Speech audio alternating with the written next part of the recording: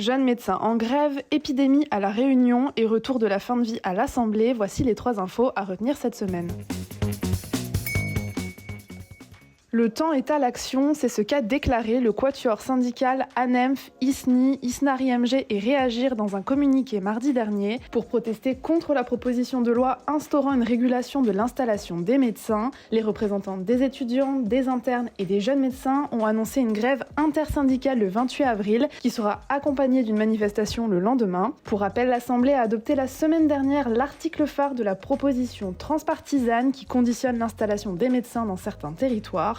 Pour les jeunes médecins, cette disposition ne réglera pas le problème global de manque de médecins, elle poussera au contraire les jeunes à privilégier d'autres modes d'exercice, voire carrément à s'expatrier. L'épidémie de chikungunya à La Réunion est généralisée et majeure et poursuit sa progression, a souligné hier Santé publique France. L'agence fait état de près de 6300 nouveaux cas dans la dernière semaine de mars et depuis le début de l'année, c'est un total de 27 521 cas qui ont été recensés sur l'île. L'épidémie continue de s'étendre sur tout le territoire et l'analyse des indicateurs laisse penser que le pic épidémique ne semble pas encore atteint. Son impact s'observe plutôt chez les personnes fragiles, les nourrissons, les personnes âgées ou encore les personnes avec des pathologies chroniques et les femmes enceintes. Une campagne de vaccination a été lancée lundi par le ministre des Outre-mer, Manuel Valls, qui s'est rendu sur place. 10 mois après avoir vu son examen interrompu par la dissolution, le texte sur la fin de vie fait son retour ce mercredi à l'Assemblée nationale. Il est scindé en 2 propositions de loi, l'une portant sur les soins palliatifs et l'autre sur l'aide à mourir. Elles sont un quasi copier-coller du projet de loi défendu au printemps par Catherine Vautrin. Si la proposition de loi sur les soins palliatifs, globalement consensuelle, devrait être adoptée sans difficulté,